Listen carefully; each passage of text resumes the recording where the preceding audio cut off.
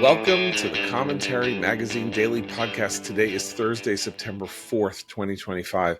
I'm John Podhoretz, the editor of Commentary Magazine. I want to talk to you before we begin about St. John's College as the school year begins and parents are now thinking who have seniors and rising seniors that it is time to start looking at where they're going to go next year.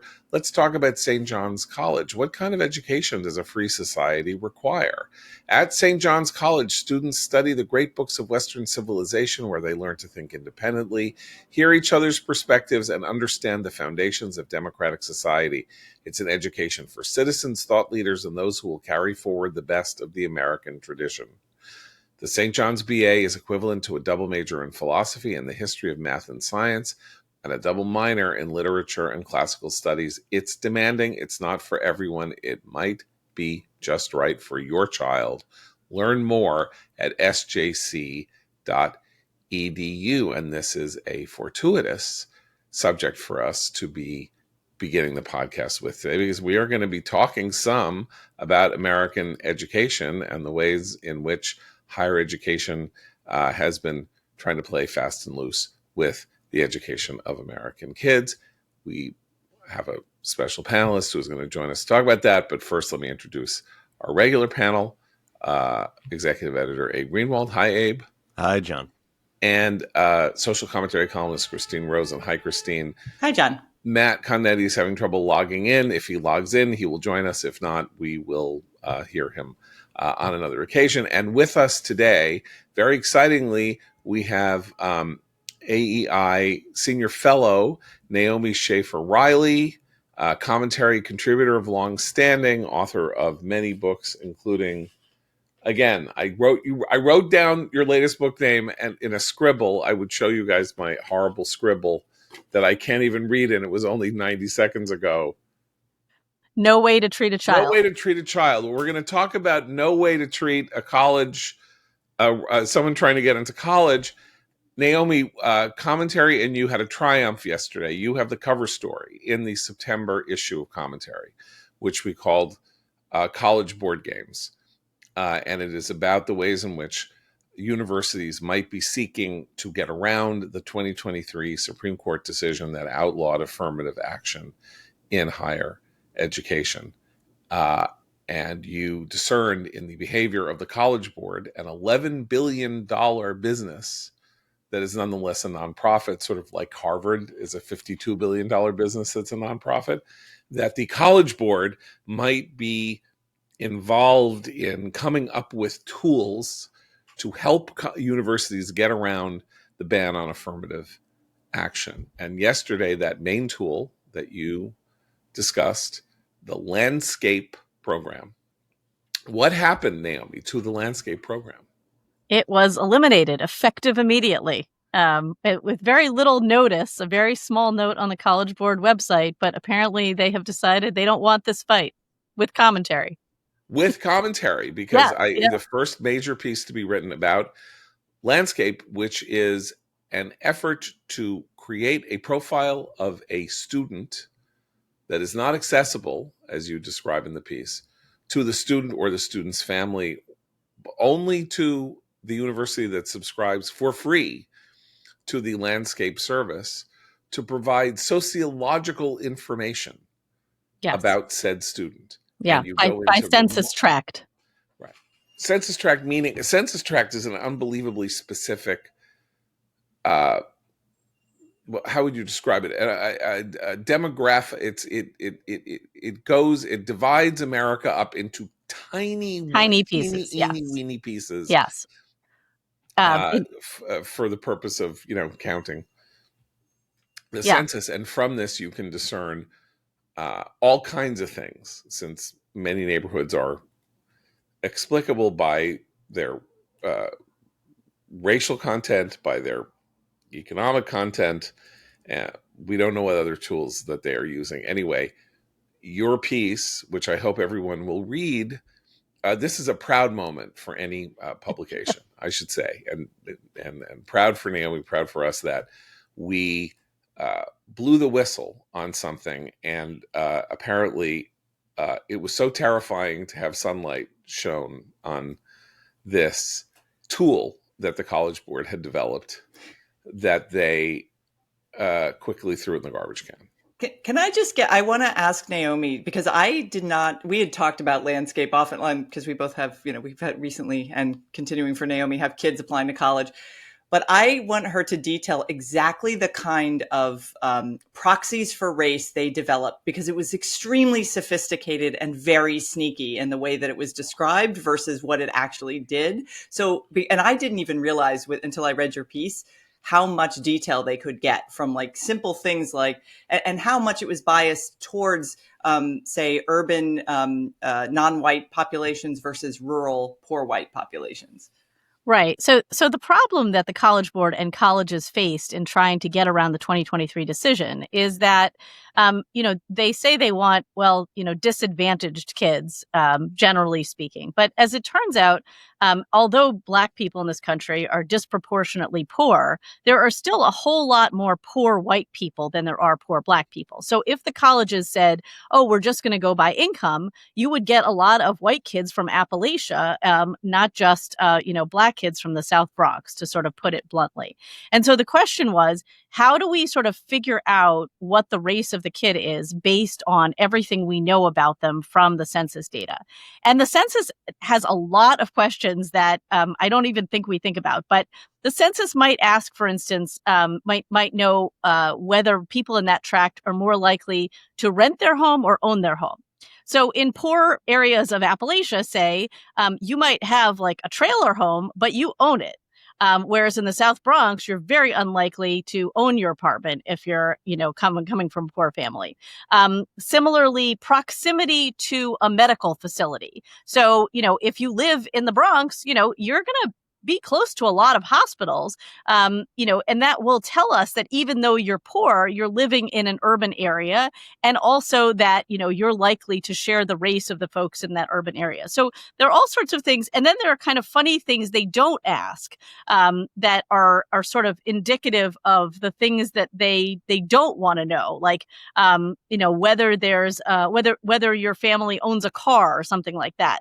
Because again, that would tell you that the family, from Appalachia, might seem more privileged because they own a car. But of course, nobody living in West Virginia doesn't own a car, whereas almost everybody in the South Bronx doesn't own a car. And then finally, I would say, they could look at things like per pupil spending at your local public school. So New York City, as we all know, spends wild amounts of money on $36,000 a year per pupil as of this year. That would get you a good private school education. But so there would be a lot of per pupil spending, but they're not actually using that as a proxy for wealth, even though one might think that would be something you'd care about. So it's very specific what they're interested in and what they're not. And that's why I think it was very clear that this was a deliberate effort to circumvent the Supreme Court decision. You point out, you begin the piece by pointing out that diversity as an end in itself in higher education has become so axiomatic over the last, say, 2 generations that it's a selling point. You, Christine, we have been through the college process now. I've been through it twice. Christine, you've been through it twice. You're about to have your second go around with it.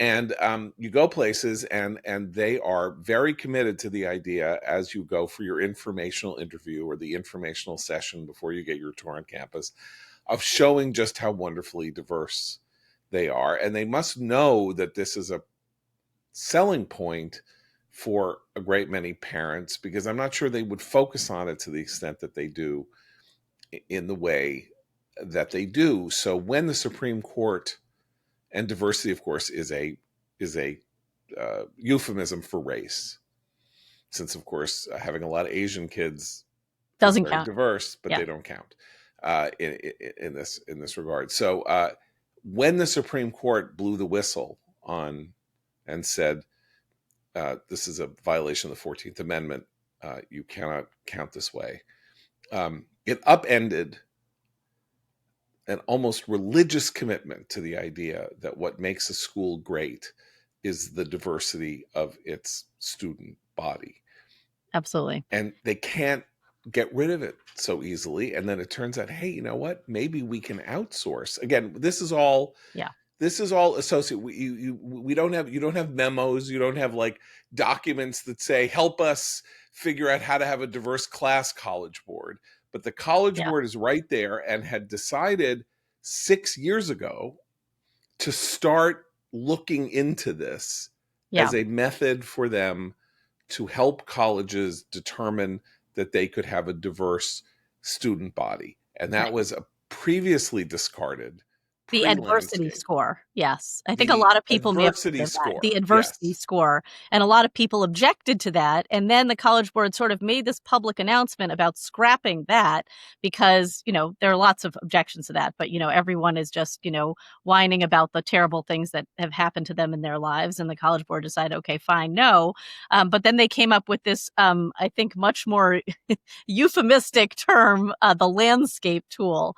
And I think that really flew under the radar for the public for a long time, and they didn't really realize what it was doing. But to just, echo your point about the way that colleges were using diversity to sell their school to students and parents, I mean, I cannot tell you the number of college tours I've been on in the last few years. And I would estimate that probably a third of the presentation was about diversity. They would show pie charts and bar graphs, and then they would, make sure that whoever was giving the presentation came from that particular group that they wanted to emphasize. And then that person would go on about the diversity in their dorms and their extracurricular activities in their classrooms. And I have to say there was this actually shocking moment because since I have two kids who are close together, I actually visited some of the same schools before and after the Supreme Court decision. I could have run like a randomized controlled trial here. But it was shocking how quickly those pie charts disappeared. Like the admissions people were running out of things to say because they had focused so much on the racial quota system and how many, Black people or how many Hispanics they could brag about having, to the point where I will share this story, which is not in the piece, but I was at Harvard and they actually gave out booklets with your admissions tour, and they were not. Apparently, Harvard is so cheap that they can't actually just print a new booklet. They actually put a piece of tape over certain parts of the old booklet. So one piece of tape went over the test optional. As you know, a lot of schools, decided to reinstitute the SATs. So at one piece of tape said, now testing is required. And then the other piece of tape was just affixed to the back and it says, Harvard does not discriminate based on race or ethnicity. And it's so funny how quickly this happened. And it wasn't just, of course, the Supreme Court decision. It was also everything that Trump has been doing that really, I think, scared the bejesus out of these colleges, and now apparently has done the same for the College Board. But now you have to convince all of these upper class parents who have been sold this bill that diversity is the best thing about any school, that actually they can't promise diversity, or maybe diversity isn't such a great thing after all. Well, and it's great because it's going to force the schools to define diversity individually on each campus. And I mean, as you know, my hobby horse is economic diversity, and you go into some detail in the piece about how this landscape system does everything it possibly can to minimize bringing in kids, maybe first generation college kids or poorer kids. But I was astonished with the facts at the beginning, which I think conservatives have known because we've followed the affirmative action roller coaster for decades, but that a lot of sort of average Americans might not realize, which is the immediate impact on racial diversity on campuses as a result of the Supreme Court decision at some of the places that clearly stopped tipping the scales, like MIT. The number of African American and Hispanic students plummeted because they were no longer getting that boost on their entrance exams. And I wonder if that shock hasn't really settled for college administrators. And do you think that's why they sought But to add on to that, because this is also at the beginning of the piece, is you say, okay, MIT class of 2024, or the class of 2028, which entered in 2024, was very clearly affected by the Supreme Court decision. But astonishingly, the same cannot be said of Princeton. Yeah. Which, having lost its capacity under the law, to count by race, or like to put the finger on the scale, uh, say using SAT scores as a differential or something like that, has a class with exactly the same ethnic and racial makeup as How the did they class. do that? How, since they themselves said, or everybody Yes. said, if you do this, if the Supreme Court finds this, it is going to destroy the educational opportunities of minorities in the United States. And somehow Yeah. Princeton magically, mysteriously had exactly the same class with exactly the same kind of Yeah. ethnic This was and their racial plea makeup. to the Supreme Court. It was, if you guys decide this way, we will never be able to, make sure that we can educate the same percentage of minority students that we were in the past. And magically, they came up with a way to do it. And so, it's interesting. A lot of times colleges sort of operate as like, as a group. They're really moving in sync. And I think that there's a lot of, backroom talk among these different admissions offices. What's interesting about what's happened here is that a lot of colleges have kind of chosen to go their own way, and they're trying to feel it out because they're very worried about getting in trouble. And certainly coordinating with each other would be one way that they could be getting in trouble. So I think they're each trying to make their own decisions, but ironically, I think those decisions are actually letting everybody see, what should have happened under this decision and which colleges are cheating. It's like the prisoner's dilemma for higher Yes, education. exactly, Right. Yeah. exactly. But Anyway, there's also, it brings up these schools. They're not only so ideologically committed to the idea that diversity is the supreme good, and they have been committed to this for so long, but there's also this reality where there's an industry that's sprouted up to ensure this, right? I mean, there are people who are trained to, diversify institutions, and it's like, well, now where do they go? What they have to try to keep this alive, to sustain this industry. I mean, Yeah, some of the colleges claimed, we just did more outreach. I mean, frankly, if you could have done the outreach before, you would have done it before. Nobody really believes that. But absolutely, there is a whole industry of people who are getting paid to try to figure this out. It's like, people who are jury selection consultants. Like, how do we sort of target, these particular students? And as we've seen for years, the problem with the whole affirmative action arrangement is that, there aren't enough of these students to go around. And so you're ending up taking in less qualified students in order to meet your diversity goals. This is a very important point because the affirmative action, as it was originally, the term was originally laid out in the wake of the Civil Rights Act and complaints about the possibility of counting by race as a result of the Civil Rights Act of 1964.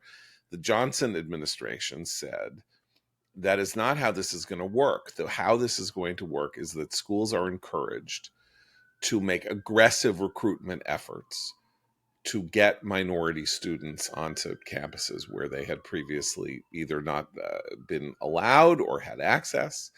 And that was what affirmative action was. It was an anti-quota. It was opposed to quotas. It was how you do this without resorting to quotas. And almost instantly, the world of people who were being pressed to explain how it was that they were diversifying their campuses racially understood that if they really wanted to get bang for their buck, they needed to use quotas. If they knew they needed the population, the black population in the United States was 12%, and what they needed was 12% of their students on campus to be black so that they could say we mirror the rest of the population, then they have to do it that way.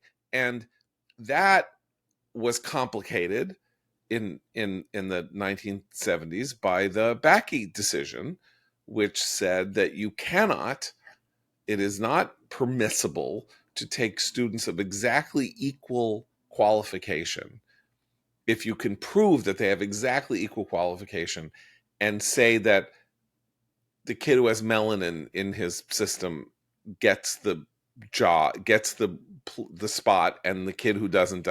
You got to find another way to do that. That's, an individual case where you have some kind of a weird control where everybody is equal. So from then on, that was the late 70s. The gyrations and hoops and things that universities have had to jump through so that they can say we don't actually have quotas. Quotas are, but we don't actually have quotas. But guess what? Amazingly enough, our student body is now 47% diverse. But It just there's one happened mysteriously and magically. there's another factor that was introduced, I think, in the last 10 or 20 years, which is the presence of foreign students on campus. And I was surprised to read yet again in the news today with the Trump administration losing this case, the Harvard case. Federal judge said, no, you can't take the money away. And obviously they'll appeal. But the little factoid in there that struck me was just the high percentage of foreign students on these elite campuses. Obviously, they're huge buck-raking opportunities for the schools. They pay a huge amount of money to come there. They pay full freight. They're often the children of very wealthy foreigners, and including literally the premier of China's child, who's, I think, studying at Harvard or one of the Ivies. So you have these extremely elite kids who take up, in some cases, 20, 25% of the campus on these elite institutions. And so they don't want to talk at all about those students, but those students are taking the spots of potentially economically diverse. No, they count them. Well, they count them as diversity. Numbers. Yeah, they count. Well, They right. totally count if them as they're diversity depending on where they're from. If I they're mean, I not don't know. Asian, they count them. Right. Yeah. If you're from Qatar, you can count as part of the diversity Right. contingent. But that's the other thing that changed too, which is that the Supreme Court eventually arrived at this idea that diversity in and of itself is a good thing, and that benefits, that just sitting next to a Black student in class is a great benefit to my education, despite the fact that the research for that was very shoddy and remains pretty shoddy. So right. So that was I mentioned the Bakke decision. Yeah. You're now talking about the Grutter v. Bollinger, which was 2003, which was the case that affirmed the right of colleges to use race as a measure, as one tool in the toolkit to make but in that famous decision, Sandra Day O'Connor, the justice, said, but only for 25 more years. You can do this for 25 more years, and that's not fair anymore. So in the end, it turned out that it was 20 years, not 25 years, because the Supreme Court overturned Grutter and all the previous affirmative action decisions. But yeah, that diversity, I mean, I remember I took a course at the University of Chicago as an undergraduate in 1979 or 1980 from a constitutional scholar named Philip Kurland. And he was teaching us the great Supreme Court cases of the last 25 years. And one of them was Brown v. Board. And so this class was taught at the University of Chicago Law School, though it was mostly for undergraduates. And Kurland said, okay, what is the logical problem with this decision if you were just to take it out of, there's a central flaw in the Brown v. Board. It's not desegregation, it's not a central flaw. What's a central flaw? So we all raise our hands and say, well, it's this, it's that, maybe it's that you, and, he let this go on Socratically for 10 or 15 minutes. And then he said, show me a single piece of evidence that says that it matters what the race is of the person sitting next to you in your classroom is for your ability to get a better education. Because that was a central tenet of Brown v. Board, that the diversity was necessary for the education of all. Not that desegregation was necessary to free people who were getting unequal and unfair educations, but also that there was a positive element to this. And he said, I've looked at this for years. There is no evidence adduced by any study anywhere that says that what the guy next to you is like affects your ability affects your capacity to do well or poorly. And that should be, and that was it should be 1952. that should be offensive to people to think that that's true. I mean, especially when you look at the evidence from from schools that were entirely Black, and even now from schools that are almost entirely Black. I mean, just look at Eva Moskowitz's Success Academies. It's 94% Black, and they're outperforming Scarsdale. So apparently, you actually don't need white people sitting next to you in order to learn better. And I think but what they then convinced people was that white people needed Black people sitting next to them in order to learn better. But either way, there's no evidence for it. And, it's kind of just amazing how long we bought into that concept. But, the other important thing to understand about Brown is that, in our current moment, I think what we're experiencing is what happened in the wake of Brown, which is now we've had this important decision. What is the enforcement mechanism, and what is enforcement going to look like? And it's, obviously having Trump in office now means that you have this kind of enforcement, that you have a Department of Education, a Department of Justice that cares about these things, that they're demanding that schools be transparent about their admissions processes. But it is going to be like, pulling teeth every step of the way to get these institutions to comply with the decision. And that's where the College Board comes in, because this is a piece about the College Board. It's about university admissions, but a piece about the College Board. This is, I think, the second or third piece you've actually written for us about the College Board. And the College Board is a central institution in American life that is almost completely invisible to everybody unless you're in this particular period of 2 years before your kid goes off to college. In which case the College Board suddenly, or at least in most cases, I think we're getting back to it, plays an outsized role in your life because it administers this test, that one of the two tests you take, right? The ACT is not administered by the College Board, but the SAT is administered by the College Board. And AP, Advanced Placement Exams in high school, are also administered by the College Board. And the PSAT, which is a pre-SAT test. So this institution, which generates this astounding amount of money from parents who are trying to make sure their kids get ahead and want to go into higher education, is astoundingly opaque. It is as though we send our kids' future into a black box. They develop this test. We don't know how.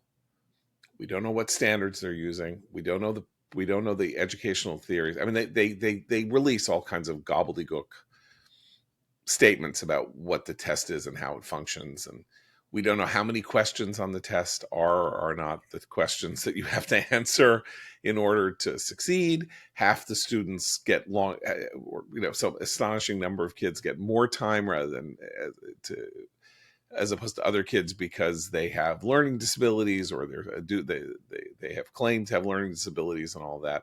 But it's a black box. And this test is designed to test intellectual capacity rather than knowledge. And they make $11 billion, and they are clearly a handmaiden of the admissions departments of the American university system, because that's whom they are serving. We pay for the test as parents, but what they are doing is providing a necessary tool to admissions officers. So who's their audience? Who are they serving? And what are they getting out of it? They're getting $11 billion.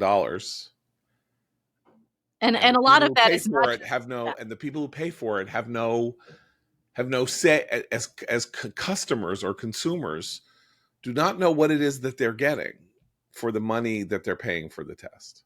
Yeah. And the College Board also, has arrangements, as Christine said, with AP classes, and also with now more often than not, schools are administering the SAT during school days because that's supposed to, again, get kids more access to the test. But as you were talking about, my last piece about the College Board talked about changes that they've made to the SAT recently, shortening it. It's all online now. If you get a certain number of math questions right, then you get a harder test for the second half. A lot of it, I think, is not transparent. People, and it seems to be becoming less transparent. It's not 100 questions and you fill in the bubbles, and whoever gets the most right, wins, or, gets the highest score. So I think it's becoming less transparent rather than more. And it should be frustrating to parents. I mean, I think they're also in this difficult situation because I think the College Board was probably worried that testing in some sense was on its way out. I mean, it's not, it's just a couple of years ago, everyone went test optional and who needs tests. And we're all at home during COVID and, we can just read some essays and figure out who belongs at our school. And then especially the elite institutions looked up and realized, oh no, we have admitted a lot of kids who are seriously unqualified to do the things that our professors want them to do. And so what does the College Board then, want to pivot to? How does it keep making all those billions of dollars in an environment where the role of testing is unsure? It has to resell what tests are. Obviously, it's always, for a long time been engaged in this battle about what should be in AP curricula. And it wants to seem sort of most relevant or most politically correct or whatever. But then it has to sort of decide what is the SAT really going to measure. And then you get something like the landscape tool, which, for them probably seem like, aha, we've hit the jackpot. We don't even need to rely on testing. We could sell these kinds of tools which use algorithms and use census data in order to tell colleges the students that they want to admit, instead of having to worry about whether the SAT is popular or helpful now.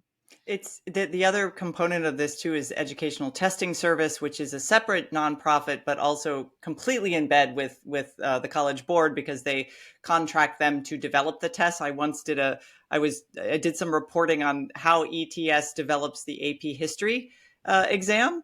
And it was the thing. I thought I'd go in and see if they had any political debates about the kinds of questions they could ask, how they change the test. But the only thing I came away from it with is just what a massive bureaucracy this is and how much investment both by high schools and by parents and by obviously academic administrators in higher education have in these massive bureaucracies. And to get an answer required me signing all kinds of papers that I can do this, I couldn't say this, I couldn't see this.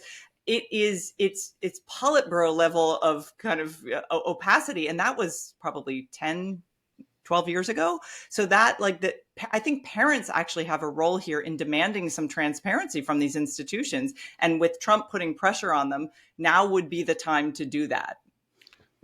But the power imbalance is astounding. Yes. Right? You are a supplicant when you enter the pool of, or your kid, you enter the pool of possible people admitted to university in any given year. You are a supplicant. You don't want to piss anybody off. You don't want to get the admissions office mad at you because you say, I'd really like to see X, Y, or Z. Then you figure, okay, there's going to be someone's going to take a Sharpie and put a big X right through your kid's application.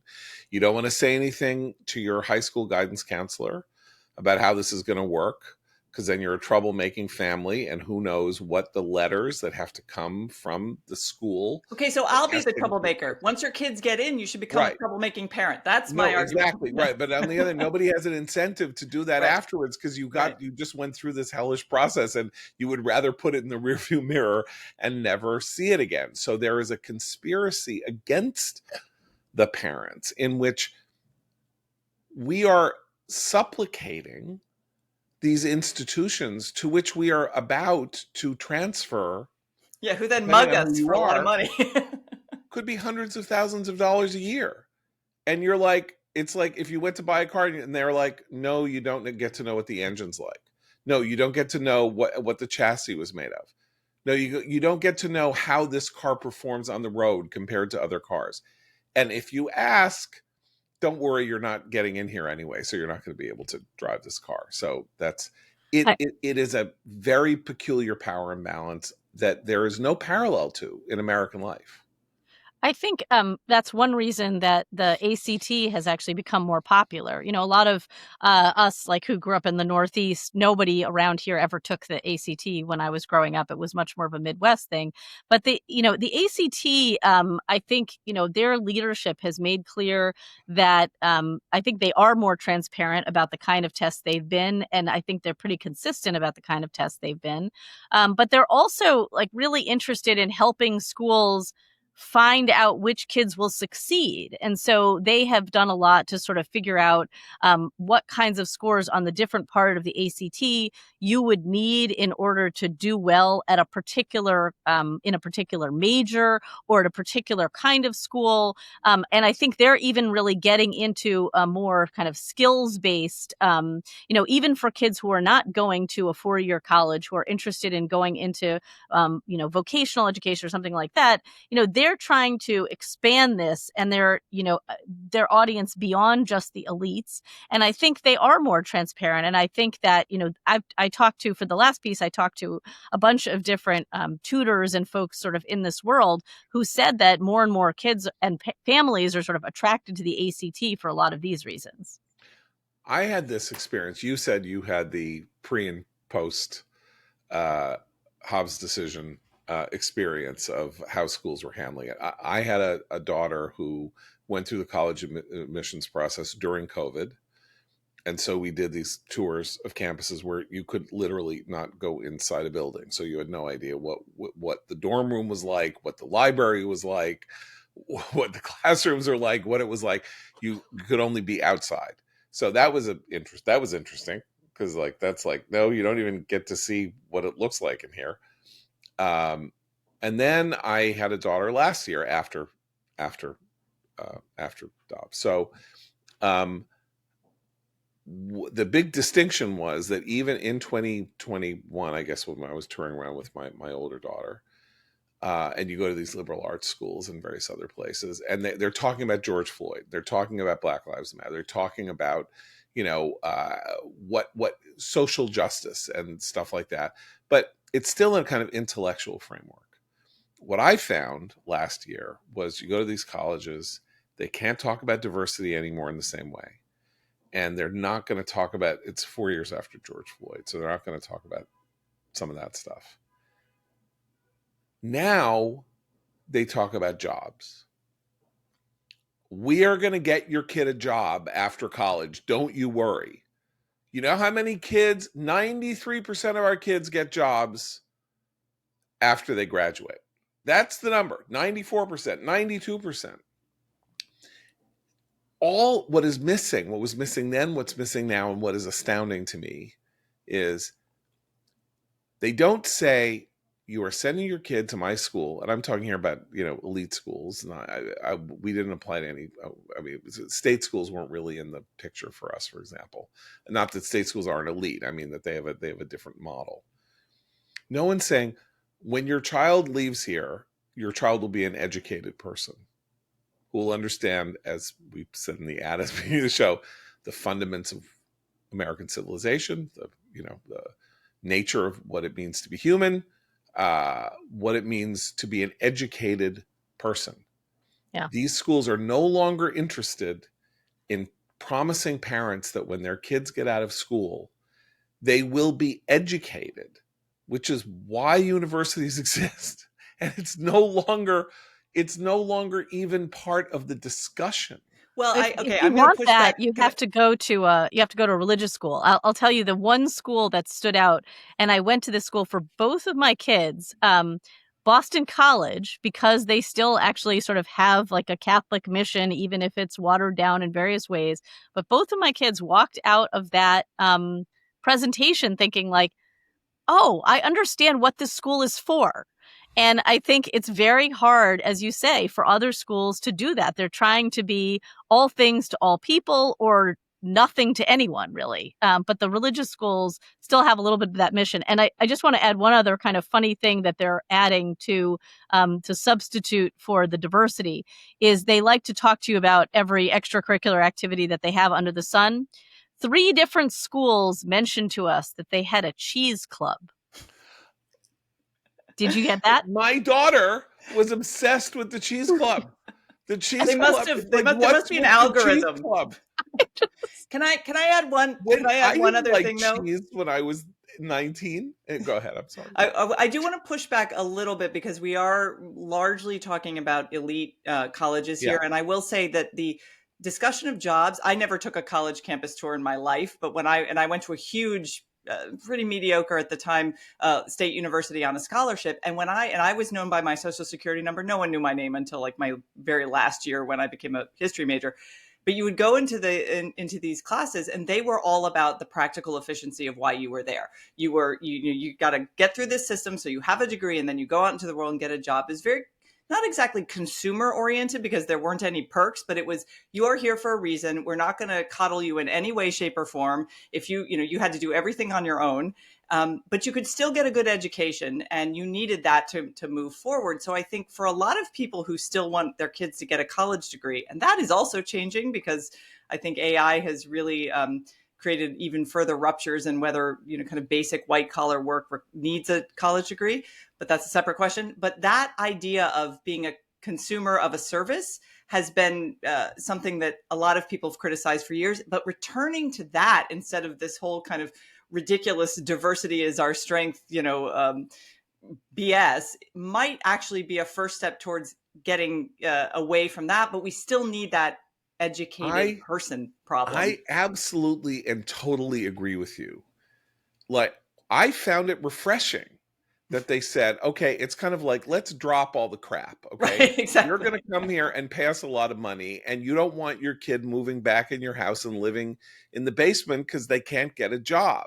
Our focus is in preparing them for adulthood. That was once at the elite level about being an educated person, because it was presumed they would find employment and be, so that they would have a leg up in the elites because they knew more than other people did, and they were more exposed to ideas and things like whatever you want to call it. And I am here talking largely about liberal arts schools anyway, which aren't supposed to be practical per se, but they're like, no.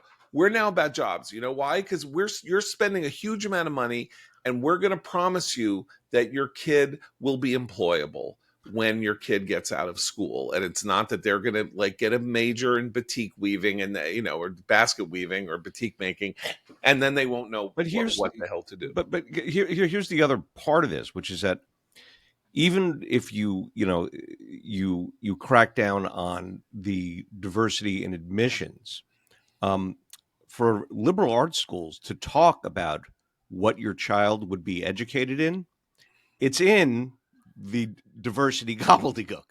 I mean, that is what they would be, laying out for you. Right. Well, I think the other thing to think about here is that when the colleges talk about this, your kid is going to get a job, they often are very explicit about their alumni networks and how thick and helpful their alumni networks are.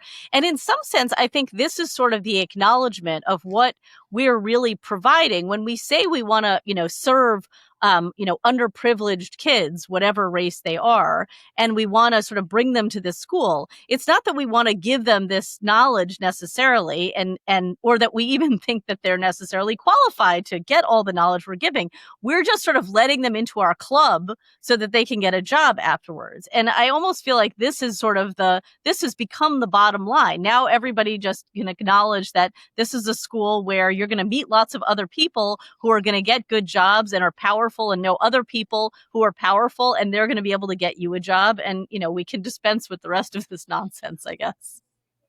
I'm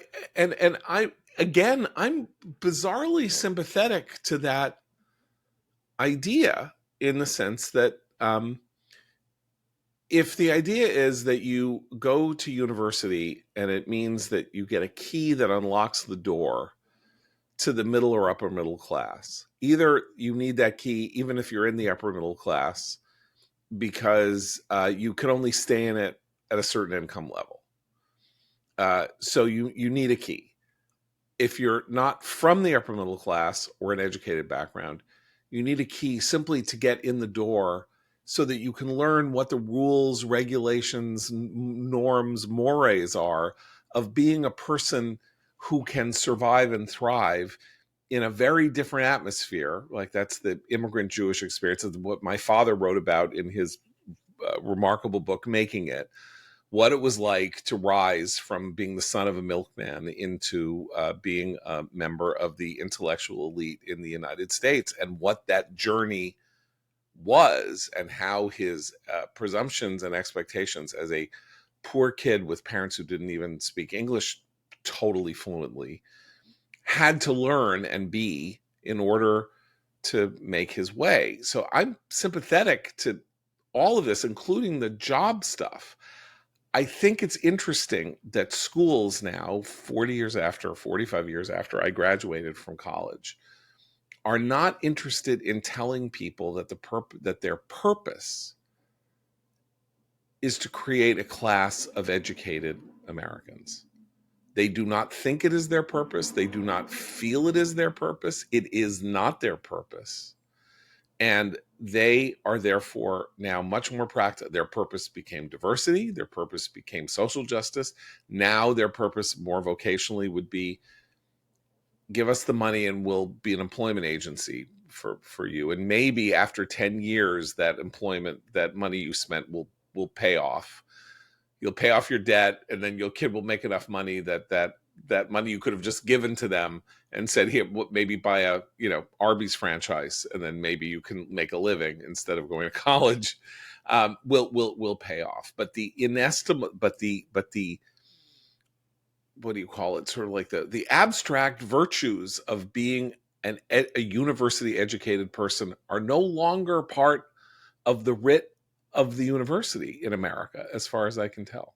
But once you start thinking about it that way, you realize, just to get back to our earlier conversation, how much of a problem affirmative action has become, which is to say, if your goal for, let's say, a Black kid from the South Bronx is to make sure that they are able to get a good paying job and step into the middle class, you want them to go to a school where they could major in something that is, practical, or something that they want to major in, and succeed at that. And what all of these studies show is that Black kids who end up going to schools where their SAT scores are too low, many of them who start out in STEM fields, engineering, all of these things that will get them well-paying jobs, then end up having to either drop out or switch into majors that are not going to be as well-paying. Whereas if they went to a school that matched where they were academically, they would actually have quite a bit of success.